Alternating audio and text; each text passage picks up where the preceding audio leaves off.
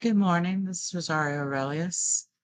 Last week I taught a class at Stephanie's Spiritual Shop on Planetary Magic. I took some time to examine modern approaches paired with Agrippa's 3 books of occult philosophy. We looked at his information on the decans as well as references to Ptolemy. In this class, I brought in a brief introduction to the Kabbalah because even if we have no historical understanding of it, these lessons have become part of a global consciousness through ceremonial magic. In Agrippa's work, he cites specific names for the spirits, intelligences, and essences of the planets. These are known as spirits, daemons, sometimes also star demons. In the 3 books of occult philosophy, Agrippa details how using gematria with Hebrew letters, one can determine the value of the names of the spirits, intelligences, and essences of the planets. I spent some time going over this previously, testing theories to figure out his methodology, and it never comes out right. After this, I became concerned that either the modern reader might be looking at a mistake or a blind known only to Renaissance magicians.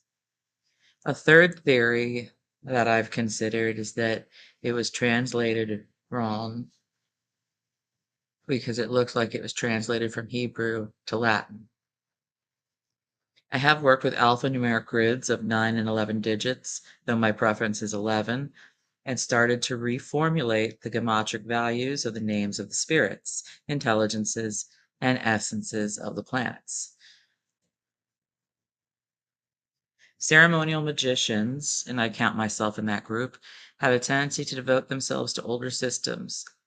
This work, for instance, was written in the 16th century, and as it's worthwhile to examine Renaissance magic, if we cannot reproduce an understanding of it, then how can we accurately apply its genius to our magical praxis? The sigils in Agrippa's work were derived using the kameas or magic squares. In the chapter on planetary kameas, Agrippa includes his own kamea as well as the kameas of Albrecht Dürer. Albrecht Dürer was an artist and magician living in the same time, and a few of his illustrations are featured throughout Agrippa's 3 books of occult philosophy. These concepts were derived from the Kabbalah, Hermeticism, and Neoplatonism. Donald Michael Craig mentioned in Modern Magic, "You will never become a magician if all you can do is blindly follow obsolete patterns." This is the reason why it's wise to study old methods, test their validity, and if they fail, to devise methods that work for each of us.